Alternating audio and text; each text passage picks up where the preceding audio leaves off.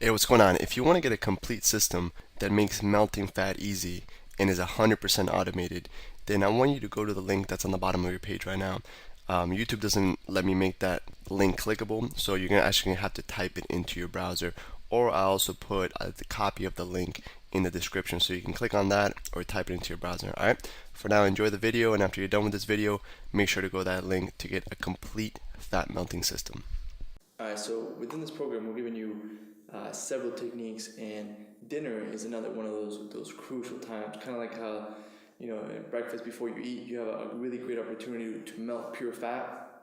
Before bed is another one of those opportunities where you can either mess it up and wake up fatter, and you know really mess up your progress. Wake up not only fatter but tired. If you have a heavy meal with a lot of carbs, your body will actually be processing and digesting so much of of this food during the night. It's going to be using all your resources to break down this food. You're going to wake up fatter, and you're gonna wake up feeling tired. So this concept, and when you follow the simple steps we're going to give you in this video, you'll not only have a great opportunity to wake up and melt pure body fat, because while you're sleeping, you're actually your body's repairing and taking all the garbage out and cleansing everything and just recharging you for the day. You're going to be able to melt pure fat, but you're also more importantly going to be wake up with a lot more energy when you follow these rules, and when you use this the 12-hour rule that Jason's going to talk about in just a moment. You'll be able to wake up feeling refreshed, energized, and you'll step on the scale, be lighter if it's time to weigh yourself. So let me get this straight. They're gonna sleep better. Yes. They're gonna wake up with more energy. They're gonna sleep and burn fat at the same time, and then their morning ritual is gonna burn fat even better before the breakfast. Those four things are gonna happen with this dinner and 12-hour rule technique. Yeah, it's again going into just making sure. Yeah, it's the same thing we keep talking about, which is all these techniques are going to stack together.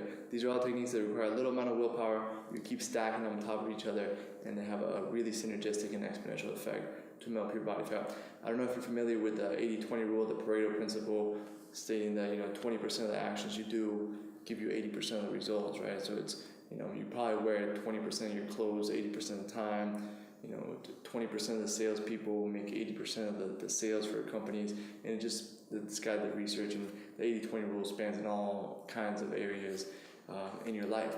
This before bed is one of those 20% that give you the most benefit. So instead of being one of those people at the gym where you're sweating bullets and you're going really hard and being a cardio bunny and exerting your energy and giving your all, instead, be strategic and use this time before bed to really wake up feeling lighter and feeling better. So we're going to go over now the simple meals that we recommend and the simple rules that we recommend before going to bed. Number one is you really before bed you want to tone down the amount of carbs that you eat. I'm sure you might have heard this rule before, but we really want to emphasize it. And how many carbs do you think they should have before bed? Approximately. If you're gonna have carbs before bed, I recommend somewhere around 20. But there's two angles you can take this. You can take the more drastic angle where you're gonna do no carbs as far as sweet potato, none of those kind of things, and you're just gonna do protein and veggies, and the veggies is where you're gonna get your carbs from. And this is advanced and a little like a streamlined approach to burning fat a little faster. But if you want to take it a little easier, you can eat carbs as well. We don't say you can. We don't ever say you can't do that. But you want to keep it on the lower side of the carbs for the night, and during the day is when you're eating the majority of your carbs. And again, like we're always reiterating, we want to steer clear from processed foods. I mean, with all our meals, all our snacks, we want to stay as true to unprocessed, fresh foods. That are part of the foods that are refrigerated and that will go bad. The quicker the food goes bad, the better. And we don't want to be taking things out of plastic wrappers to eat them for dinner or lunch or even breakfast if we don't have to. Yeah, and staying away from processed foods goes back to what I was saying earlier, where if you eat processed foods before bed, you're going to spend the majority of your time, trying to break that food down while you're sleeping, and you're actually going to wake up tired. So it's very important. There's another one of those critical moments where if you're going to have processed foods, have it early in the day. Obviously, ideally, you don't have anything. If you're bending with the processed food, that's fine. But ideally, you want to, before bed is one of those very critical moments that you want to be as perfect as possible. Hey, what's going on? If you're enjoying the video so far, do me a huge favor and click on the like button below. You'll get your good deed for the day out of the way.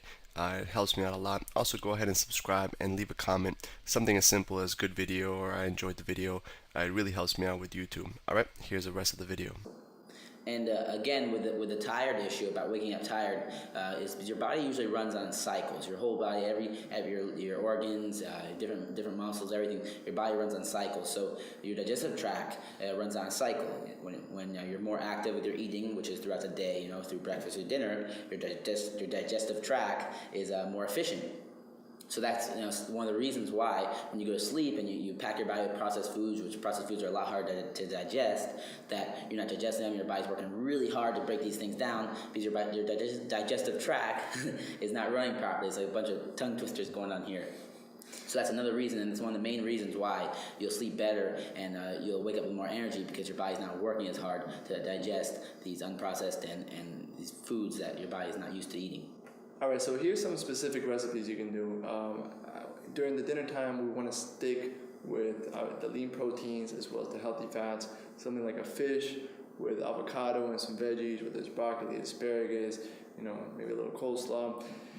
And we really want to stay as far away from the carbs as possible, and we want to replace the carbs at nighttime with a little bit of fat. We can eat things like, for carbs, we can eat things like sweet potatoes. For fats, we can do things like coconut oil, we can do avocado.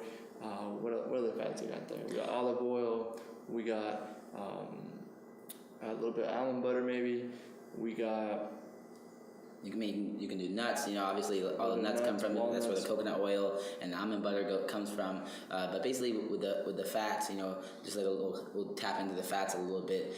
Fats are not bad at all. They're actually really good for you. Your brain runs off pure fat, which is lipids. But fats, there's two different types of fats, and we want to stay away from one, and we want to be on the other one.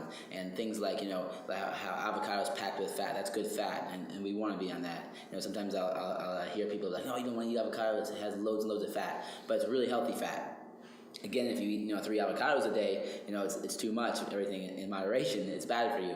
But the fats that are in candy bars and processed foods, those are not good fats, and those are not doing anything for us except stacking on our our rolls on the side of our stomach. All right. So good fat and bad fat, big distinguish. We gotta make sure we distinguish those two things, and make sure we are eating the good fats because they're good for us. They help us run better. They help our body process food and work as a better machine to eventually get lean and get that automatic 6-pack. Alright, so I know that before bed is one of those moments where some people use food before bed as kind of a sleeping pill. So they eat a lot and then it'll actually put them to sleep. So if this is you, it's good to find certain foods that put you to sleep. Okay, if I'm having one of those moments, usually I can go to sleep no problem. But if I'm having one of those nights where I'm just tossing and turning, you need to have a real, healthy snack, something 100 to 150 calories, where you can just eat it, kind of, get your stomach to calm down and go to sleep. So have that emergency snack so you don't, wake up in the middle of the night and just, stuff a bunch of food in your mouth. For me, if I have one of those nights I can't sleep, I have a little bit of yogurt with a banana or half a banana, depending on what it is. Again, I get satisfied. It's just something to stop my stomach from rumbling, and I go back to sleep, and I wake up feeling great, just fine with that little snack. And remember also that after dinner is a snack time. So dinner you're eating really clean, and as well with the snack you're gonna eat good as well. And then after that you're getting to our 12-hour rule. And the 12-hour rule is just gonna work like we keep on saying. It's gonna work synergistically with everything else. It's gonna help you burn fat throughout the night. And then on top of that, when you get up and you do the morning ritual and your breakfast, you're gonna be burning even more fat. So the 12-hour rule, it's just. The 12-hour rule stands for the last meal of your day and then the first meal of your day are going to be 12 hours apart. right? So if you have dinner at 10 p.m., your first meal is going to be at 10 a.m. Yeah, it's just basically whenever you ate last or whatever. If you had a banana at 11:30 p.m., you're not going to be able to eat another drop of food or another grain of food until 11:30 a.m. So it's very simple. You're just doing 12 hours between last food consumption to first food consumption, and that's going to allow your body to burn through all your glucose, which is your the carbohydrates that you're eating throughout the day, and get into the second line of energy, which is your stored fats, and it's going to eat away those love handles throughout the night. Yeah, and as well as breakfast too. So sometimes I'll eat at 11, and instead of waking up and eating whenever I wake up, I know that I had my last meal at 11. So I'll do a little bit of a fast. I'll do a little intermittent fasting, and I won't eat anything until 11, and that really allows me to, if I do have that snack for whatever reason, I have that yogurt and banana at 11 because I couldn't go to sleep for whatever reason, then I make a mental note, and the next day I might push my breakfast back, later, or my first meal later, so that I continue to burn the fat and I turn my body into a fat burning machine. We want to use those two moments, that fast when you breakfast and then before bed. Those are critical moments to burn pure body fat. Most of the day, you're kind of just speeding up your metabolism and giving your body fuel. That gap right there is really where you're going to be melting pure fat from your body and stripping blocks of fat, week after week, so that you get ripped and you start seeing your six pack in no time. And this is one of the things, one of the rules, this 12-hour rule is extremely basic, and it's one of the things that I really never bend on, and I always stick true to it because it's that 20% that gives me the 80%, and it's a thing that's going to really make that big difference. And it's something that humans have been designed to do and have been doing for centuries now, and just recently, since we have this modern technology and fast food chains, all these things open 24/7, we haven't been sticking to it. But back in the day, let's go back into the caveman days. If sunlight was out, we were more active. We obviously we can't see in the dark. We're not nocturnal, so we're active. We're eating. We're building. We're doing something. It's nighttime. Around 7 p.m., 8 p.m., depending on the daylight saving time or whatever that is. And then you stop eating. You go to sleep and it gets dark, and you wake up. When it gets light again, which is again between 7 a.m. and 7 p.m. So you have that 12-hour gap, where you're sleeping and relaxing and not doing much, and then when you get up and the light comes out, you eat and you get active again, and you start eating. So the fasting is totally natural, and that's how our bodies were designed, so they can clean out, and again we can stay lean and mean and trim and get that automatic six-pack. Beautiful. So implement the 12-hour rule. You'll have a little report underneath this video with sample dinners. Have that emergency meal, that emergency snack, whether it's yogurt, banana, whatever will help pull you to sleep. Some people like turkey, whatever it might be for you. And make sure you don't break this one rule. This is really one of those critical ones. Like Jason said, it's a 20% that gives you 80% of the result. So make sure you make this one of your top priorities, following the 12-hour rule, making that gap between dinner and breakfast 12 hours and not breaking that no matter what. All right, that's it for this video. We'll see you on the next one. Hey, real quick, one more thing before you go. I want to make sure you know that there is no correlation between how hard you work and how much fat you melt or how much muscle you build. All right, there's enough science, enough data out there that there's absolutely no correlation between hard work and results. All right, there's a difference between movement and achievement. All right, if you want to learn my best tips, what I call the 5% hacks that allow you to get maximum results, maximum fat loss, maximum lean muscle gain, I want you to go to the link that's on the bottom of this page, or you can click on the link in the description. All right, you're going to get a complete system for melting fat in an intelligent and streamlined system. I'll see you there.